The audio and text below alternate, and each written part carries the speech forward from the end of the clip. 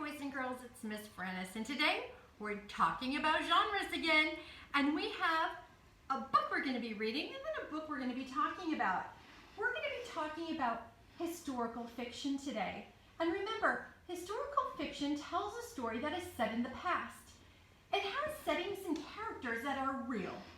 And the authors of historical fiction try to make history come alive for you, the reader. And the historical fiction book we're reading today is about Laura Ingalls Wilder. And this is the actual Laura Ingalls Wilder, which is why I'm wearing my bonnet today. I'm getting into historical fiction. So we're going to read A Little Prairie House. Laura Ingalls Wilder is a real character, and what she experienced is real, but she had to make up some of the things, so it is historical fiction. It is adapted from the Little House books by Laura Ingalls Wilder, and this book is illustrated by Renee Graff.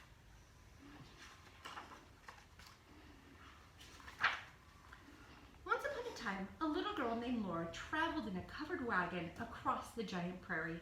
She traveled with her pa, her ma, her big sister Mary, her little sister Carrie, and their good old bulldog Jack. They were searching for the perfect place to build themselves a little house. One day, after the little family had been traveling across the prairie for a long time, Laura and Mary woke up earlier than the sun. They ate their breakfast of cornmeal mush and hurried to help Ma wash the dishes. Pa was loading everything into the wagon. When the sun rose, they were driving across the prairie. There was no road to drive on, so Pete and Patty, the two gentle Mustangs, waded through the grasses.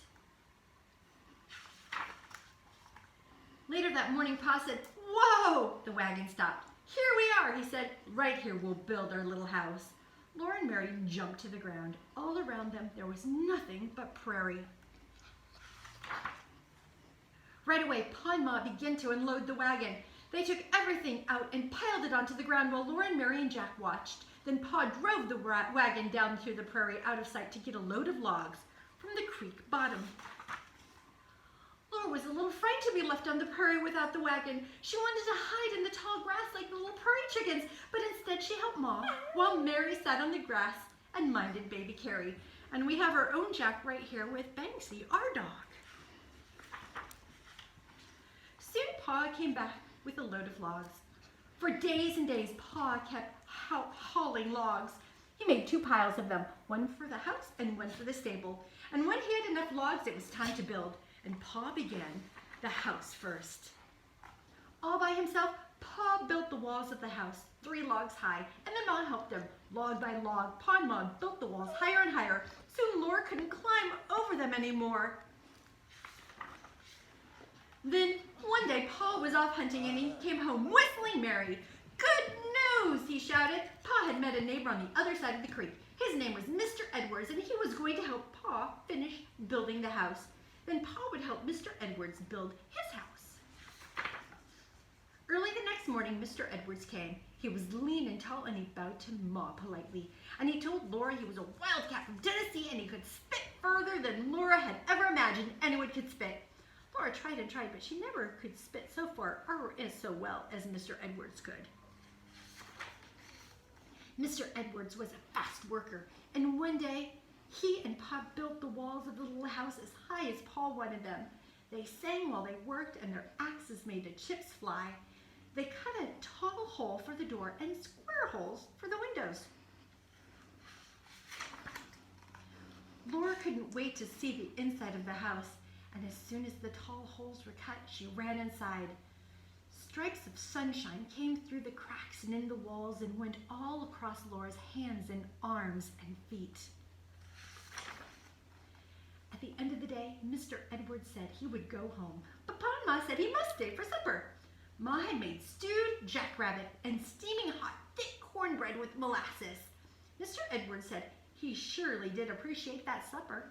Then Pa took out his fiddle, and they began to sing. Suddenly, Mr. Edwards jumped up and began to dance. He danced like a jumping jack in the moonlight, while Pa's fiddle kept on rocking and Laura and Mary's hands were clapping together. Pa played, and Mr. Edwards danced and danced.